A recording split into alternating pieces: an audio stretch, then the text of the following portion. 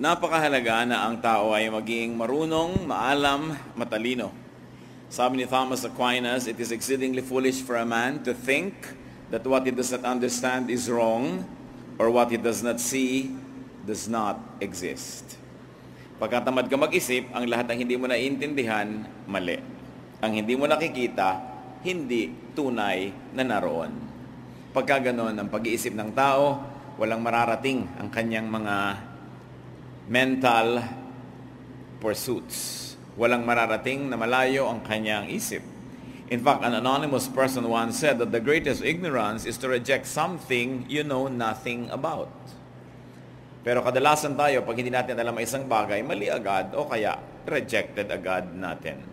Knowledge is important, but we should go beyond knowledge. Hindi lamang sa knowledge, sa kaalaman, sa karunungan, kundi nakakalampas tayo dapat dyan. Sapagkat tayo mga tao, we are spiritual beings, dapat walang limitasyon ang kayang marating ng ating isip, kaya kaya nating lampasan kung ano yung nakikita, kung ano yung nasusukat ng ating mata. Aming Diyos, salamat sapagkat kayo Diyos na marunong at lampas sa karunungan ang inyong spirito.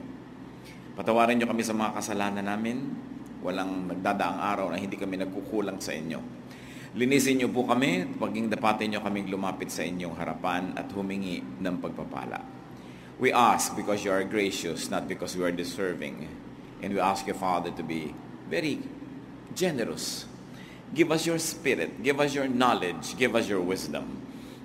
At sa aming pagbubulay-bulay ngayon, talasan niyo po ang aming isip. Makakita kami ng mga bagay na papakinabangan namin sa pang-araw-araw na buhay. Patahimikin niyo po ang puso namin. Kung meron kami mga inaalala, kinakatakutan, iniisip, isa na sa isang tabi namin at nais aming magtuon ng pansin sa inyo. Patahimikin niyo ang aming loob, ang aming puso, ang aming damdamin, at ang puso namin, Panginoon, ang aming espiritu, maging mayamang taniman ng inyong katotohanan. Liberate us, empower us, heal us. We ask you, Father, to do this using your mighty word through the power of your Son, our Lord Jesus Christ. Matthew 1:18-24. This is how the birth of Jesus Christ came about. His mother Mary was pledged to be married to Joseph, but before they came together, she was found to be with child through the Holy Spirit. Because Joseph, her husband, was a righteous man and did not want to expose her to public disgrace, he had in mind to divorce her quietly. But after he had considered this, an angel of the Lord appeared to him in a dream and said, Joseph, son of David, do not be afraid to take Mary home as your wife, because what is conceived in her is from the Holy Spirit. She will give birth to a son, and you are to give him the name Jesus, because he will save his people from their sins. All this took place to fulfill what the Lord has said through the prophet. The virgin will be with child and will give birth to a son, and they will call him Emmanuel, which means God with us. When Joseph woke up, he did what the angel of the Lord had commanded him and took Mary home as his wife. Usually, pag Pasko pinagbababasa ang mga kwento na ito Pero araw-araw naman dapat may kapaskuhan sa ating pag-iisip. Sinasabi dito ng sumulat ng Matthew kung papaano nangyari ang pagkakapanganak kay Jesus. Na merong isang dalaga na nakatalagang ipakasal kay Joseph. Betrothed na sila, and within the period of betrothal, which is 1 year, she must never be touched by another man. At doon sa panahon na yun ng betrothal, ay alam natin from other sources na kinausap ng anghel si Maria at sinabing ikaw ay magdadalang tao at ang yung isisilang ay hindi anak ng tao, yan ay anak ng Diyos. Magiging instrumento ka. Si Mary naman had wedding plans and there was already a very, very clear betrothal, so magkakagulo ang balat sa tindalupan, magkakagulo ang mundo dahil masisira ang plano. Pero pumayag si Mary na siya ay maging kasangkapan na magdalang tao at si Jesus nga ang isisilang. True enough, when Mary told Joseph about her pregnancy, Joseph did not believe that it was from the Holy Spirit. Sino nga ba naman kasi ang maniniwala? No? May babae ka, may girlfriend ka, sasabihin sa'yo, I'm pregnant, tapos tatanong mo kung sino ang tatay sa mga Holy Spirit. Sino nga bang magpapapaniwala sa ganyang mga kwento? So, Joseph naturally did not believe. May karapatan na siya na diborsyohin si Mary at idemanda dahil meron na silang usapan sila ay nakatakda ng ikasal. At ayon sa kanilang mga batas, maaari si Mary batuhin hanggang mamatay because she was unfaithful. Naging pregnant siya during the betrothal. Sa betrothal, para na kayo mag-asawa, hindi pa lang kayo nagsasama sa isang bahay. Naghihintay ng isang taon. And you know what the reason was? Among many reasons, para matiyak na hindi ka nga pregnant, bringing into the family of the man a seed coming from another man. Kaya may 1 year na observation period. Doon sa year na yon, nakita si Mary na pregnant. Malaking iskandalo. Hindi naniwala si Joseph. At siya dahil daw mabait, mabuting tao, hindi na niya guguluhin si Mary. Tahimik na lang niyang i-divorce. Tahimik na lang nakakalasin yung kasunduan para hindi na mapahiya pa si Mary. Pero kinausap ng Diyos si Joseph sa pamamagitan ng isang anghel. At sinabing maniwala ka sa kwento niya. Talagang Holy Spirit ang may kagagawa nito, pakasalan mo siya at ang ipapanganak ay ang tagapagligtas ng sangkatauhan. At nung magising si Joseph na yon, kinabukasan din, iniuwi na niya si Mary. Kahit hindi pa nga dapat, kasi dapat magpalampas pa ng betrothal pero buntis na yung tao, lalaki na ang tiyan nun, lalo magiging iskandalo, iniuwi na niya. Bagamat the Bible was very clear that they did not have any physical relationship until after the child was born. Let's take a look at Joseph's knowledge. Kasi knowledge ang pinag-uusapan natin. Let's take a peek into what Joseph knew. Ano ba ang alam niya? Joseph knew what he saw. Doon lang naman nakabase ang kanyang alam What he saw, what he heard, and what he observed. Kasi si Mary, matapos siyang kausapin ng anghel, kinabukasan, nagpunta siya sa malayong bayan ng kanyang kamag-anak na si Elizabeth na nagdadalang tao rin. Ipapanganak si John the Baptist. At hindi siya umalis doon sa bahay na yun hanggang nanganak si Elizabeth. It took 3 months for her to be there. So when Mary got home, when she returned, she was already 3 months pregnant. Observable na yun. Kung matalas ang mata mo, visible na yun. Pagka marunong kang tumingin, kahit dito sa leeg ng isang babae, alam mo kung nagdadalang tao, doble ang pintig dito. Maraming mga senyales na pwede mong tingnan. So, what he knew was that Mary was pregnant because Joseph relied on what he saw, what he heard, what he observed. What he knew came from his physical senses. Mata, tainga, kasi sinabi ni Mary, at nakikita siguro, visible, observable, yun ang alam niya. Mary was pregnant. That was the piece of knowledge. That was a piece of information in his mind. Now, let's take a look at what Joseph thought he knew.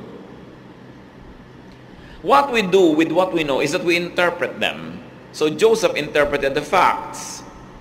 So Joseph did not only know that Mary was pregnant, he also thought that he knew something else, that Mary was unfaithful to him. Kita nyo, ang laki agad ng difference. Ang alam mo, nagdadalang tao. Sure, tama. Ano ngayon ang conclusion niya? Ininterpret niya yung pagdadalang tao, nagtaksil, sumira sa usapan. Alam natin na hindi na yun totoo.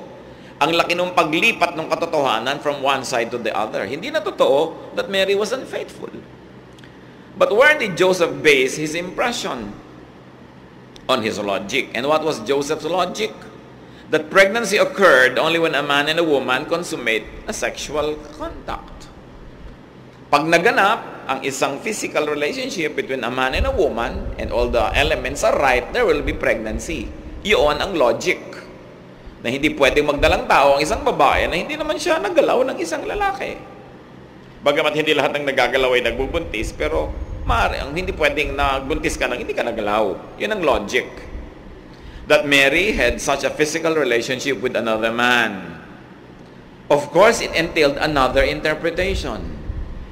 If Mary was pregnant, interpret, he had a sexual relationship with a man. Interpret, Mary broke her vow. Sumira siya sa sumpa. Mary broke with tradition. Mary broke the law. Mary betrayed their engagement. Mary betrayed him. Yun ang interpretation noong fact. Hindi naman kasi tumitigil ang fact for being just a piece of information. It will be interpreted. And how did Joseph apply his knowledge? pinag-i-interpret na niya, ano ngayon ang ginawa niyang hakbang? What Joseph did according to what he knew? Well, he did not believe Mary's knowledge. Sabi ni Mary, I know that I am not unfaithful. This is from God. Sabi ni Joseph, what I know is, if a woman is pregnant, there must have been a relationship. And if there was such a relationship, then you had been unfaithful. So may ginawa si Joseph sa alam niya o sa akala niya alam niya. He misjudged Mary as unfaithful. Hinusgahan niya. Convinced siya na tama siya. And because of that, what else did he do? He decided to divorce her. Wala nang kasalan. Hindi na matutuloy. Joseph decided to call off the wedding. At sa kanyang interpretasyon ang ginagawa niya, ginagawan pa niya si Mary ng mabuti. That he was doing her a favor by divorcing her quietly because she became unfaithful. So sa tingin ni Joseph, siya yung hero, siya yung nagpapatawad, siya yung napakabait, at kahit si Mary ay napakasama, ay hindi pa rin niya susuklian ng masama.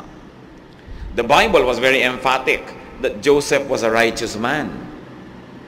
Siya yung napakabuting tao. Kaya ang naging pasya na lang niya, tahimik na sirain ang usapan, tahimik na i-divorce si Mary. Now, imagine, brothers and sisters, if Joseph was unrighteous, if Joseph was a violent man, ano kaya ang pwede niyang gawin? Pwede niyang tagain bigla si Mary, suntukin, pwede niyang patayin si Mary, o pwede niyang isakdal, pwede niyang idemanda, iskandaluhin, guluhin. Sinabi pa nga, mabait siya. Kaya sabi niya, tahimik na lang tayo maghihiwalay. Eh kung natapat na hindi siya ganun kabait.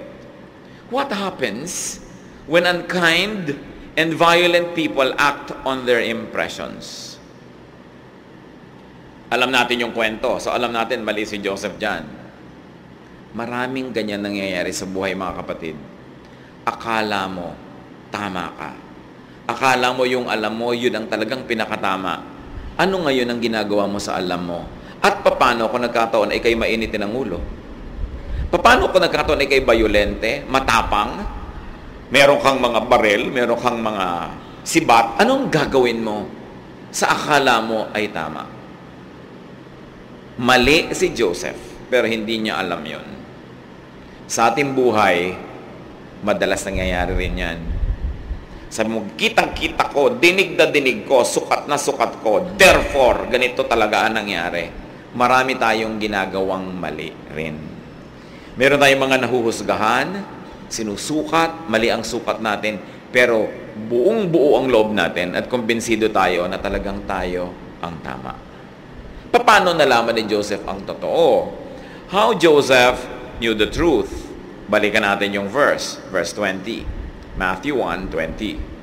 But after he had considered this, an angel of the Lord appeared to him in a dream and said, Joseph, son of David, do not be afraid to take Mary home as your wife, because what is conceived in her is from the Holy Spirit.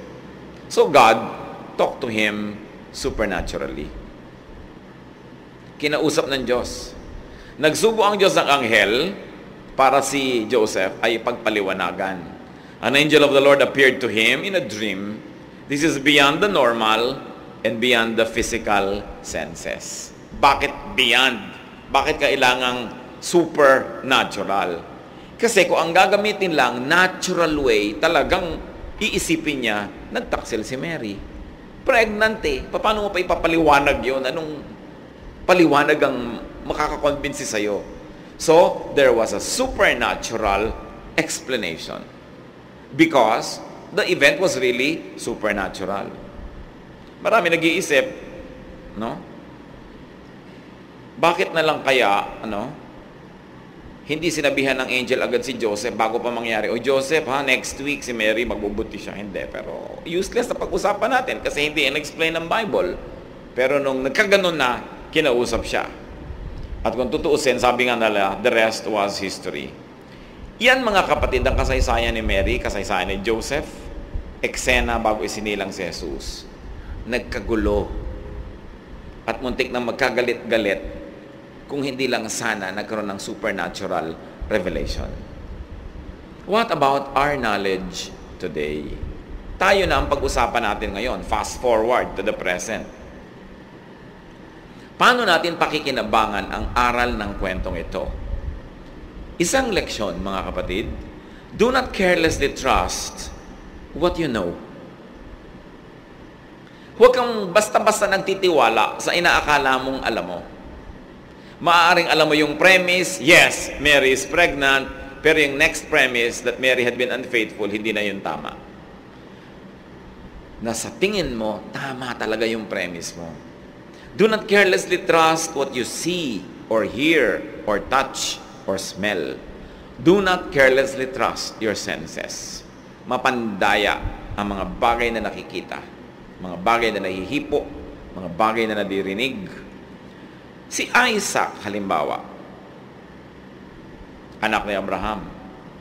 Nung ibibigay na niya ang mana sa kanyang panganay, gusto niyang tiyakin na yung panganay niya makakatanggap. Nadaya siya ng bunso sa tulong ng nanay. Ang panganay niya kasi na si Esau, balbon at amoy lupa, amoy pawis, mahilig mag-hunting, very athletic. Yun namang bunso, si Jacob, makinis na makinis ang balat, laging amoy lotion, laging nasa loob ng bahay, nasa saya ng nanay niya, at luto sila ng luto na mag-ina. Yun ang kanilang ginagawa. Mag-vibes sila magnanay, yung tatay naman mag-vibes. Nung ibibigay na ngayon ang mana sa panganay, sabi nung nanay, anak, dayain natin ang tatay mo. Pumasok ka doon dahil malabo na mata niya. Bigyan natin ng gusto niyang kainin. Pag nasarapan niyan, lalong dadali ang pagbibigay ng blessing. Kunwari, ikaw ang kuya mo. Sabi naman ng bunso, marami pong balahibo sa braso si kuya. Naku, magbalabal ka nitong balat ng kambing. Pag nahipo yan ng tatay mo, sasabihin, ay, balbon, ikaw nga. Baka amoyin po ako Iba naman ang amoy ni kuya, amoy lupa. Isuot mo ang damit ng kuya mo para yung amoy na yan ang maamoy. Ganun. Dadayain natin siya para sa iyo, anak, paborito kita, sa iyo mapunta ang mana. Genesis 27, 21 to 24, and 26 to 27. Then Isaac said to Jacob, kasi si Jacob yung pumasok, akala ng tatay si Esau, come near so I can touch you, my son, to know whether you really are my son Esau or not. Nagdududa ang tatay, may duda, may kutob. Hindi ito sabi ka nun. Halika nga't lumapit ka rito at nang mahipo ko kung ikaw nga. Verse 22, Jacob went close to his father Isaac, who touched him and said, the voice is the voice of Jacob, but the hands are the hands of Esau. He did not recognize him, for his hands were hairy like those of his brother Esau, so he blessed him. Are you really my son Esau? He asked. I am, he replied. Then his father Isaac said to him, come here, my son, and kiss me. Hinawakan na niya yung braso, ang nahawakan niya yung balahibo ng kambing na ikinabit doon ng mag-ina. Kasi nga malabo ng mata ng matanda, halos bulag na. Nagdududa, sabi, boses naman ni Jacob. Pero balahibo naman ni Esau. Aamuyin ko. Sabi niya, come here, my son, and kiss me. So he went to him and kissed him. When Isaac caught the smell of his clothes, he blessed him and said, the smell of my son is like the smell of a field that the Lord has blessed. Meron na siyang kutob na daya pa rin. Dahil magaling ang pandaraya. Paano nadaya? Sa naamoy, sa nakita ng malabog mata, sa nahipo, sa nakapa. Nadaya. Mga kapatid, kung meron kayong alam na nakabase lang sa inyong naamoy, nahipo, nakita, nabasa, nabalitaan, huwag kayong laging magtiwala na yun na nga ang totoo kahit mukhang totoo. Kailangan sinusuri para hindi tayo nagkakamali. Lalong-lalo kung ang ating magiging desisyon ay magiging paghuhusga sa kapwa. Na dahil sa alam mo o akala mo'y alam mo, huhusgahan mo ngayon ng tao. Masama siya o mabuti, dinaya ka o hindi. Do not be quick to judge people according to what you know. Ang daming nadaya na 1, 2, 3. Kasi, ginudge yung tao na pwede, okay siya, trustworthy siya. O kaya naging masama tayo at hindi mabuti sa isang tao dahil ginudge natin na masama siya. Ayon sa kwento ng kumari mo, ayon sa kwento ni ganito, ayon sa kwento ni ganon, maraming kwento eh. At maraming kwento, kahit nagsisinungaling, may kasamang mga 95% na totoo yan. Halos 5% lang yung hindi totoo, nakahalo doon sa mga totoo para malito ka. Pero pag ginudge mo na ang isang tao at mali yung judgment mo, magdurusa na rin siya eh. Tulad ni Mary, isipin nyo kayo si Mary, ang sakit naman. Ang linis-linis sa inyong pagkatao, nananahimik kayong matapat na matapat sa inyong nobyo, lalabas-labas ang anghel at sasabing, wow, blessing, you will be pregnant. Ano blessing doon? Di ba? Paano naman naging blessing yon? Mapapahamak ako dito, mapagdidisketahan ako, magdududa ang mga tao sa akin. At sinong maniniwala? Kahit nga si Joseph na mabuting tao, hindi naniwala eh. Mahirap maging Mary, mga kapatid yung nadja-judge kayo. At may ebidensya naman talaga dahil buntis na buntis siya eh. Pero hindi lahat ng ebidensya totoo. Marami mga tao na nakukulong sa mga piitan, sa ating mga city jail, sa National Penitentiary, hindi talaga sila may kasalanan. Pero lahat ng ebidensyang inilabas ng magaling na abogado, laban sa kanila. At yung natapat na abogado sa kanila, siguro absent lagi, nung nag-aaral. Talo ang kaso. Maraming nasa kulungan, lalo mahihirap, hindi sila maka-afford ng tamang argumento, nakukulong. Maraming nakakulong sila yung dapat malaya at maraming malaya sila dapat yung nakakulong. Dahil ang tao naniniwala sa patotoo, sa ebidensya, sa ganon. Matthew 7:1, do not judge, or you too will be judged. Kahit may ebidensyang hawak, ito na nga yung braso na hawakan, naamoy na nga yung damit eh, nadaya pa yung patriarch. Luke 6:42, how can you say to your brother, brother, let me take the speck out of your eye when you yourself fail to see the plank in your own eye? Hindi tayo dapat naguhusga agad. At kung naguhusga tayo, tulad ng batas, it is always preferable that a guilty person remains free rather than an innocent person goes to jail. Mas katanggap-tanggap yon. Kaya mas mabait ang paghatol. Kaya ang naghahatol, kung hindi beyond reasonable doubt, di ba? Hindi nagpapataw ng mabibigat na parusa. Pagka ang hukom na nag-iisip at marunong, hindi fully convinced, kahit andyan lahat ng ebidensya, hindi niya ibinibigay yung pinaka mabigat na hatol. Kasi mas mainam pa na yung guilty, malaya. Sinabi mo, not guilty. Kesa sa yung innocent, sinabi mong guilty, nakulong yung innocent. Parehong hindi maganda, pero mas mahirap yung innocent na kulong.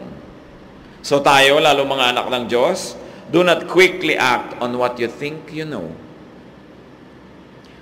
May nagkwento lang sa'yo na nagtataksil yung asawa mo, binaril mo na. Lalo't may ebidensya. Si Mrs. na mahilig magbasa ng text ni Mr. habang naliligo si Mr. No? Nakakakita ng kung ano-anong ebidensya. Pero malay mo, ebidensya nga ba yun? Sa bagay, kumisan, ebidensya nga, no? Kaya kailangan, nag-iisip din kayo, nagre-research. Pero hindi ko mo malinaw na gano'n, talagang malinaw. Maraming pagkalito ang tao. Ecclesiastes 5:2, do not be quick with your mouth. Do not be hasty in your heart. Nabalitaan mo, ay si ganun pala, ganito. Naibalita lang naman sa iyo, hindi ikaw talaga yung nakaalam. Ikukwento mo agad sa iba. Mga kapatid, huwag kayong pass ng kung ano-anong mga text na hindi nyo naman natiyak. Kasi yung nagpass sa inyo, pinas din sa kanya ng kung sino-sino. Hindi nyo alam sa kanyang ating bigla-biglang pindot ng pindot, nakakasira tayo ng reputasyon. Nakita nyo si Joseph, kahit siya yung nobyo, siya yung naagrabyado sa tingin niya, ipoprotect pa rin niya si Mary. Tahimik na lang natin na sirain ang kasunduan, sabi niya. Ganun ang tao. Kitang-kita na nga niyang ebidensya dahil buntis eh. Pero hindi pa rin niya inihayag sa madla para mapahiya. Paano pa kung hindi mo naman talaga alam, nabalitaan mo lang, tapos ikukwento mo na agad kung kani-kanino? Hindi ganun ang paraan ng mga makadiyos. O alam mo, ikaw nakakaalam, ikaw talaga nakakita, pero yung nakita mo ba talaga reliable? Yung ba talaga yun? Maraming mukha ang katotohanan, Marami ring mukha ang kasinungalingan. Nakita nyo? Si Eva, nung nakita niya yung prutas, she saw that it was good to the eyes, pleasing to the eyes. It was to be desired to make one wise. And it was such a good fruit, she took it. Pero hindi naman talaga ganun. Impression lang niya na makakabuti sa kanya. Hindi pala. Pero kitang-kita ng sarili niyang mata. Mapandaya ang mata. Mas mahirap dayain ang tenga. Kaya nakita niyo si Isaac, sabi niya, boses ni Jacob. Pero amoy ni Esau. Dapat ang kanyang mas pinanindigan yung nadinig niya. Kasi yung pandinig, mas mahirap dayain. Kaya ang tao naghihingalo o may sakit, kahit comatose, pwede niyong kausapin, ipatanggap niyo si Jesus, kausapin niyo, magsisi, kasi ang pandinig, ang huling-huling nawawalang sense ng tao. Talagang inilalagay yan ng Diyos dyan para makarinig ka pa ng totoo. Pero pinapakinggan natin, dapat pinipili.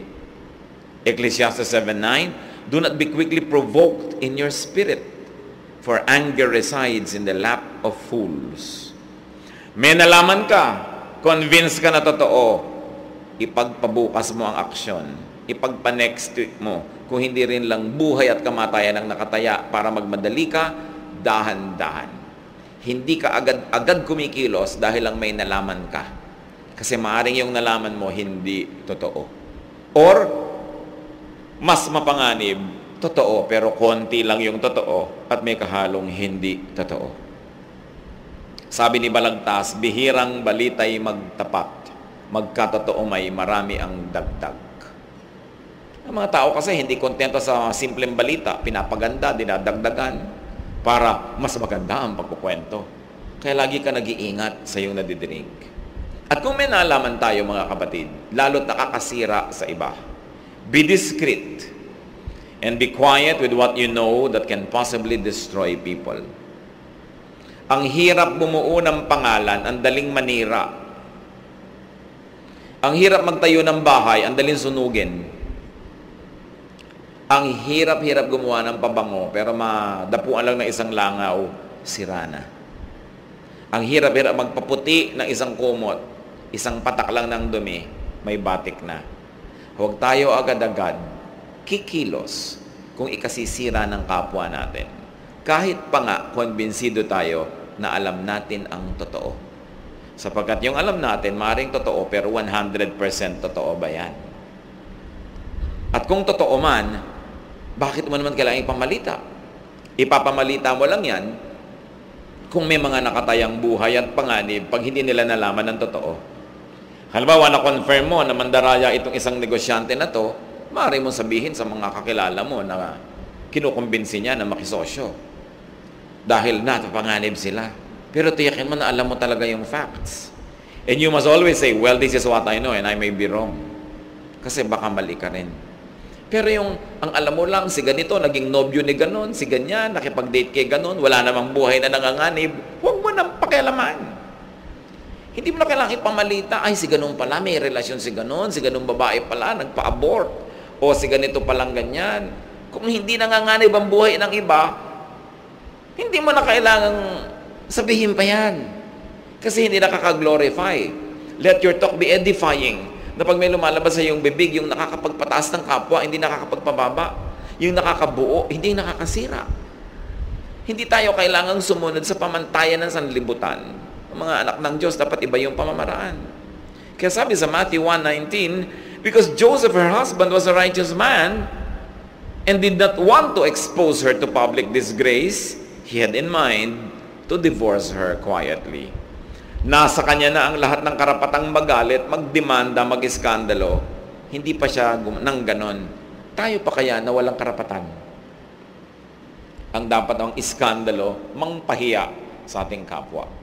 Unless other people's safety or well-being are at risk, we should be quiet. Kailangan alam natin kung kailan tayo tumatahimik. Pero kung talagang may nanganganib, kailangan magbigay ka ng warning. Sabi kasi sa 1 Corinthians 14:8, if the trumpet does not sound a clear call, who will get ready for battle? Kung minsan naman ang mga Kristiyano, sa sobrang politeness, alam na nila na mandaraya ito, nandadaya yon, masama ang practice nito, hindi pa sila kumikibo kasi iniisip nila yun ang Christian etiquette. Remember, when people are at risk, their well-being or their life is in danger, we have a duty to notify in a non-sensational way those that might be affected. Pero lagi ka pa rin merong disclaimer na maaaring mali ako kasi totoong pwede. Ano pong dapat natin gawin bilang mga anak ng Diyos, anak ng kaliwanagan? Go for knowledge. Dapat nating damihan ang alam natin, lagi tayong magsaliksik, maghanap ng totoo, mag-aral lang mag-aral. Proverbs 18:15, the heart of the discerning acquires knowledge, the ears of the wise seek it out. Kung talagang mahusay kang tao, lagi ka nagre-research. Di ka basta naniniwala. Hanap ka ng alam. Para kung dumating ang panahon na kailangan mong sukatin ang dumarating sa'yo, meron ka ng naunang kaalaman. Hindi ka nangangapa sa dilim. And it's not enough to be knowledgeable. Go beyond knowledge. At yan ang heart ng ating pinag-uusapan. Joseph just stayed within the realm of knowledge. But his knowledge was faulty. Although it was premised on a fact, but all the other premises were wrong. So go beyond knowledge. Dapat lumampas ka sa karunungan lang. Lumampas ka sa impormasyon lang. Ecclesiastes 7:25, so I turned my mind to understand, to investigate and to search out wisdom and the scheme of things. Sabi niya, talagang nagsaliksik ako, inalam ko ang relasyon mga bagay-bagay, kung paano nangyayari ang mga nangyayari, at ano ang mga dapat kong maunawa sa pag-andar ng buhay. Carefully study, listen to, and consider supernatural communication and knowledge. Yes, meron tayong pwedeng malaman in a natural way. But brothers and sisters, we are not only made of dust, we are also made of the Spirit of God. Spiritual beings tayo. Hindi lang tayo hayop. Tayo'y tao. And because we are spiritual beings, we can know things beyond the mind, beyond the sight, beyond what we hear, beyond what we smell. Because all of these physical senses only are based on our being physical persons. Pero hindi lang tayo physical. Spiritual tayo. At dapat na-develop natin how to make spiritual communication with our God. How can we tell dreams that have messages from just ordinary dreams? Dapat marunong tayong makinig sa counsel. Kung minsan, yung payong kailangan mo sa buhay, nandun lang sa slogan na nakadikit sa refrigerator. O kaya, nasa words ng isang kanta na nadinig mo habang nasa bus ka. O kaya, payo ng isang marunong na tao. O kaya, nadinig mo ang sinabi ng isang artista sa kanyang script sa pelikula. In other words, God can speak to us many ways. But the devil can also speak us many ways. Kaya kailangan, meron kang discernment. Si Satanas na nagsasalita sa akin, hindi ako makikinig.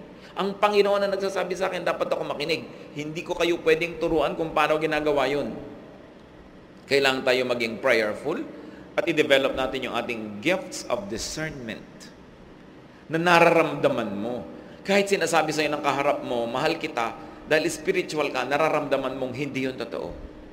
Hindi ka napapadaya sa nadidinig. Hindi ka nadadaya sa nakikita, sapagkat napakaraming luha ang ating iluluha kung tayo laging nakikinig agad sa nakikita, sa nadirinig, sa nahihipo. We must develop our spiritual perceptions so that God can speak to us through dreams and counsel of people, through messages, through songs.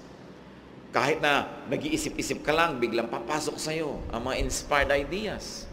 Mark 4:22-24, whatever is hidden is meant to be disclosed, and whatever is concealed is meant to be brought out into the open. If anyone has ears to hear, let him hear. Consider carefully what you hear. Sabi ko, nakakarinig ka, makinig kang mabuti. Suriin mo ang iyong mga nadirinig. Si Joseph, kinausap ng anghel sa panaginip. Nung nagising, alam niya na anghel yon. Ang laking desisyon yun . Isang babaeng nagdadalang tao, alam na alam mong hindi ikaw ang ama, iuwi mo sa bahay mo, papakasalan mo, Ngayon nga, modern times na, issue pa yan sa iba eh. Go back 2,000 years. In some backward country, which was colonized by Rome, sa isang maliit na baryo where everybody knew everybody, kalalaki mong tao, mag-uuwi ka ng isang babaeng matapos 3 buwang nawala sa baryo nyo, umuwing buntis, sasabihin, Holy Spirit yung tatay nun o yung nagbigay nun, tapos maniniwala ka, papakasalan mo, ang laking desisyon nun. Pero nakinig siya sa udyok ng Espiritu. At doon, nagkakahiwalay ang makadiyos at hindi makadiyos.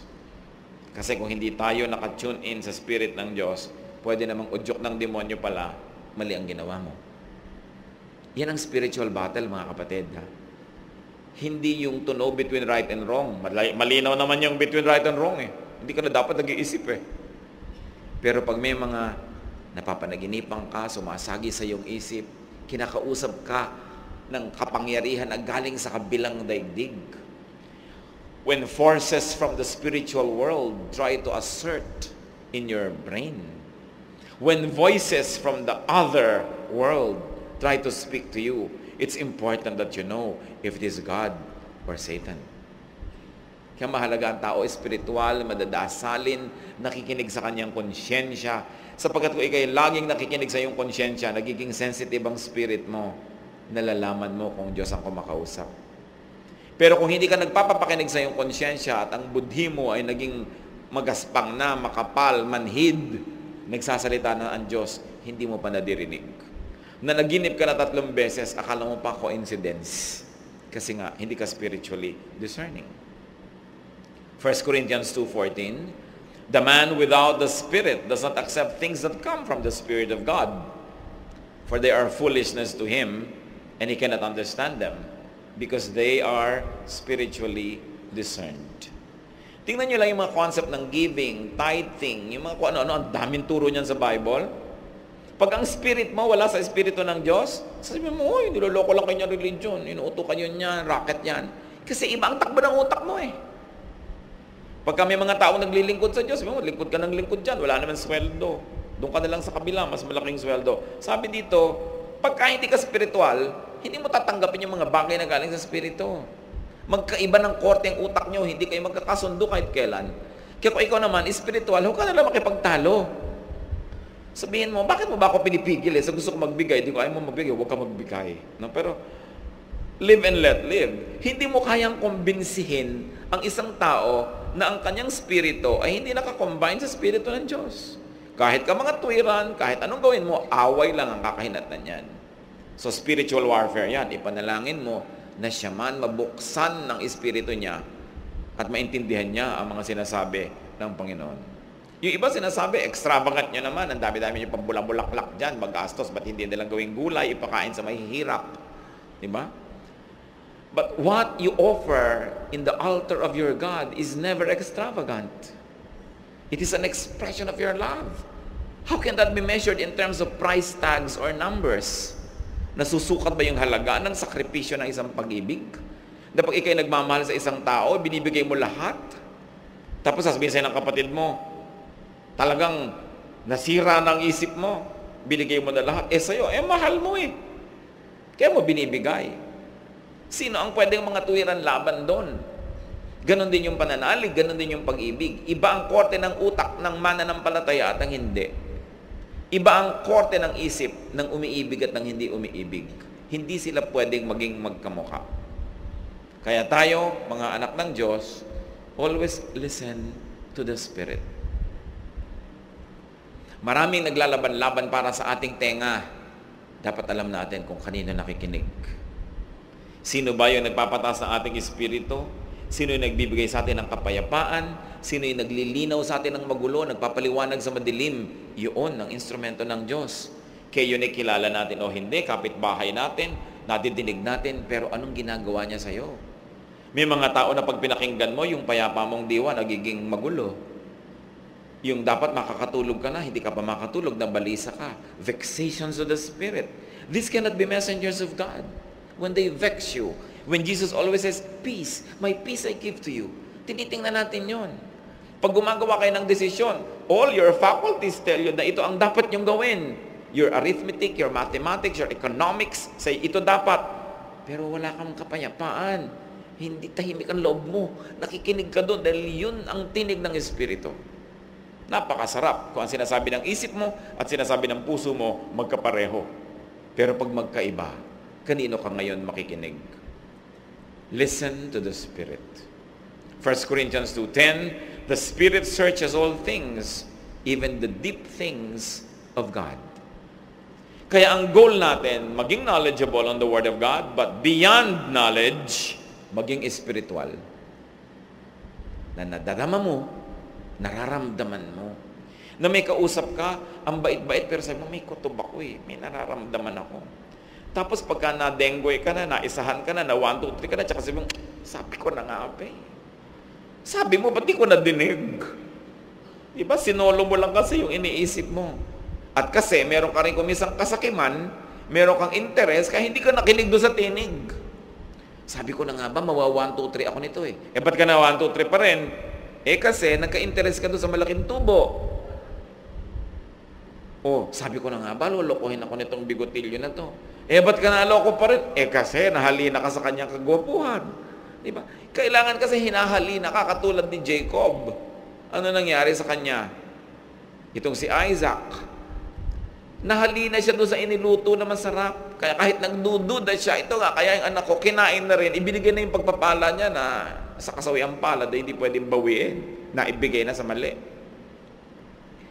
Na ibibigay din natin ang ating puso, ang ating bulsa, ang ating debosyon, kasi meron din tayong interest.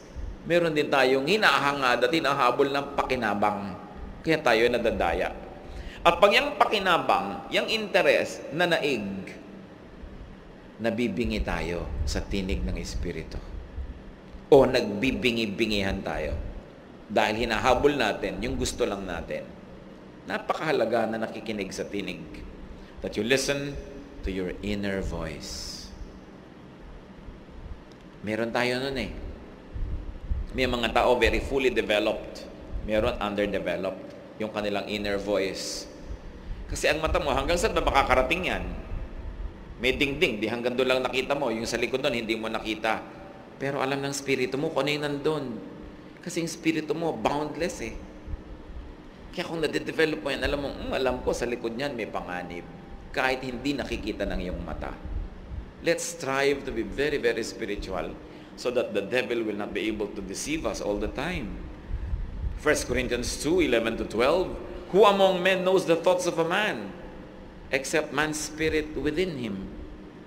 We have not received the spirit of the world, but the Spirit who is from God, that we may understand what God has freely given us. Sabi, may espiritu tayong galing sa Diyos. Huwag kayong malimita sa nalalaman lang ng tenga, ng mata, naaabot ng kamay. Malayo ang naabot ng espiritu, kaya kailangan itong malaya. Pero kung tayo lagi nagkakasala, hindi natin pinapakinggan ang ating budhi, tinatalian natin unti-unti yung spirit na yun hanggang hindi na siya makagalaw. Nabubusalan ng kanyang bibig na hindi na siya makapagsabit, makapag-remind sa atin pag hindi tayo nakikinig. Kaya sabi sa Biblia, certain persons have made shipwreck of their faith by rejecting their conscience. Nakikinig ang tao dapat sa kanyang budhi. Sapagkat yung budhi mo na nasa iyo na, pag hindi mo pa pinakinggan, sino pang kakausap sa iyo? Wala na, si Satanas na lang ang matitira. Listen to your heart. Sometimes it is only with the heart that we see rightly. Pero bagamat gusto nating ma-develop yung ating spirituality, yung ating discernment, mag-ingat-ingat din kayo sa imahinasyon.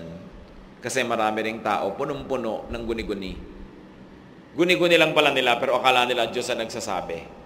Kaya dapat humihingi ka rin ng payo ng isang makadiyos, isang taong nakababad sa Biblia, para yung iniisip mo, mabigyan nila ng validation, maituwid nila, maitama, o kaya malagyan ng limitasyon. Lalong-lalo yung mga taong laging may discernment, laging merong sabi sa akin ng Diyos, kinausap ako ng Diyos, mag-ingat din kayo dyan. Kasi kung minsan, kulang lang yan sa paligo. Kadalasan, guni-guni. At saka alam niyo yung mga tao, it gives you importance Maraming mga tao, hindi sila nakakita ng halaga sa buhay. Walang nagpapahalaga sa kanila, walang nakikinig sa kanila. So, nung biglang may nagsabing, alam mo, may gift of discernment ka, may gift of the Holy Spirit ka, yun na ang pinanghawakan nila, minalaki na nilang minalaki. Kasi ito yung nagsasalita sila, may nakikinig Kinausap ako ng Diyos, sabi ng Diyos ganito. Ba, ang tao nakikinig dahil Diyos pala yung nagsalita. So maraming po mga taong kulang sa pansin, nagiging propeta bigla. Okay? Maraming mga tao na kulang sila sa affirmation, sa halaga, bigla nilang minamalaki yung akala nila, gift nila of spiritual discernment because it places them in the economy of things. It gives them importance. Kaya tayo man, kung may ganong tendency mag-isip-isip, bakit kung masyadong minamalaki yung discernment na to? Dahil ba nagiging mahalaga ako, nagiging importante ako? Titingnan nyo rin yun kasi pwede rin tayong madaya. Marami tayong pwedeng pag-usapan tungkol dito sa knowledge na to. Pero balikan natin si Mary at si Joseph. At mag-fast forward tayo sa buhay natin.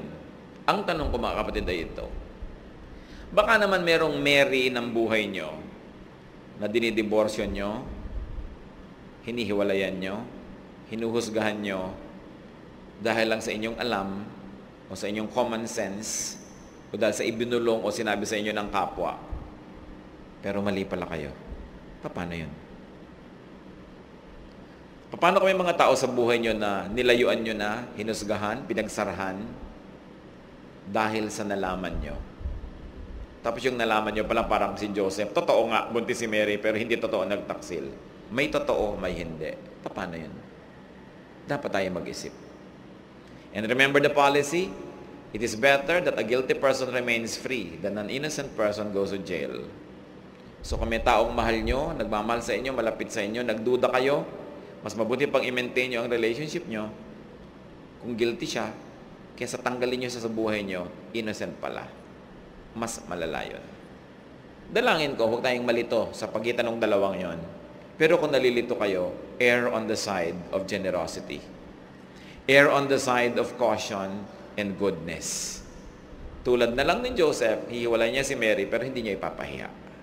Baka marami tayong naipahiya, mali pala. Baka marami tayong napagbintangan according to evidence, mali pala. Dapat tayong mag-isip-isip. Because the people of God must be committed to truth. And it's only truth that sets free. So gusto kong isipin niyo mga kapatid, baka meron kayong mga hindi nagawa ng mabuti dahil sa nalaman nyo o nadinig. Baka dapat reviewin. Baka may tao tinataka na natin, dalisan natin sa buhay natin, mali pala.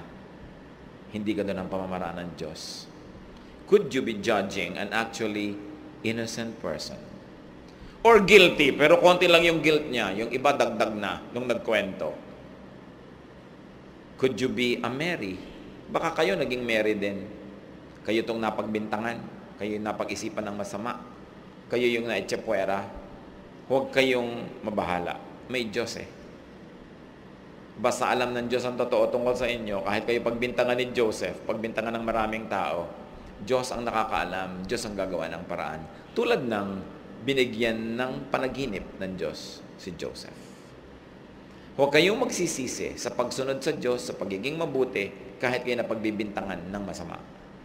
Si Mary sumunod sa Diyos, binigay ang kanyang sinapupunan, ng kanyang katawan, ng kanyang sarili, para maging host, para siya ang maging human parent ni Jesus. Pero, hindi niya yung pinagsisihan. Huwag kayong magsisisi, kahit kung minsan ang mga tao, mali ang mga paratang sa atin. May Diyos na hindi natutulog, may Diyos na makatarungan. So if you're a Mary, an object of unfair and unjudged judgment, continue to do good, continue to be godly, because God is going to take up your case for you. Continue to believe in and rely on God. Tayo, meron tayong karunungan, kakontra nung karunungan sa Biblia. Meron tayong nalaman, kakontra ng alam natin gusto ng Diyos. Kailangan pa ba kayong malito kung kanino kayo dapat maniwala? May hangganan ang paniniwala natin maging sa sarili nating alam.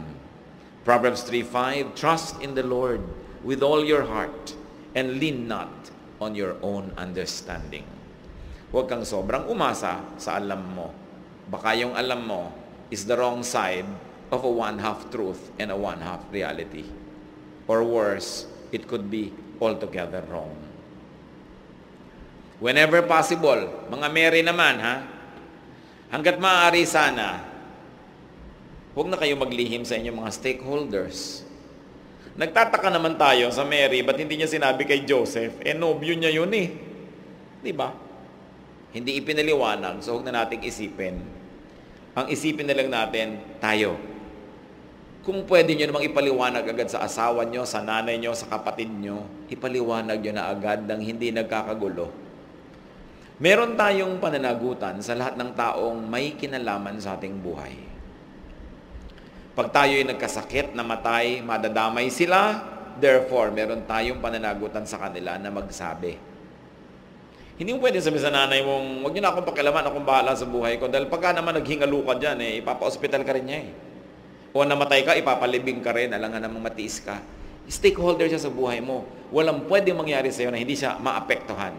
At pag ganun, meron tayong pananagutan sa isa't isa. So huwag na nating isipin ng case ni Mary kasi tapos na.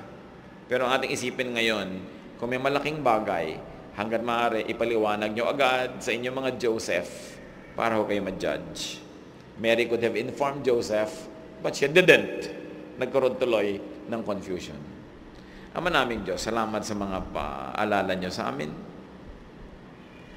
Salamat sa mga katotohanan na nakikita namin sa Biblia na kahit na mga ito yung mga great men and women, may mga ebidensya, pero mali pa rin ang conclusion. Paano pa kami, O Lord, mga karaniwang tao? May mga alam na maaaring maging basihan din na aming mga malimpasya. So ituro mo sa amin ang higit na mataas na uri ng pag-iisip. Bigyan mo kami ng spiritual discernment. At kahit sa mga alam na namin, maging maingat kami, lalo kung ito ay kasisira ng aming kapwa. Magbulay-bulay tayo mga kapatid, kung ano ang kahulugan ng mga ito sa inyong personal na buhay. Sa ilang saglit ng katahimikan, nawa lalong pailiwanag sa atin ng Espiritu ang kabuluhan nito sa ating buhay.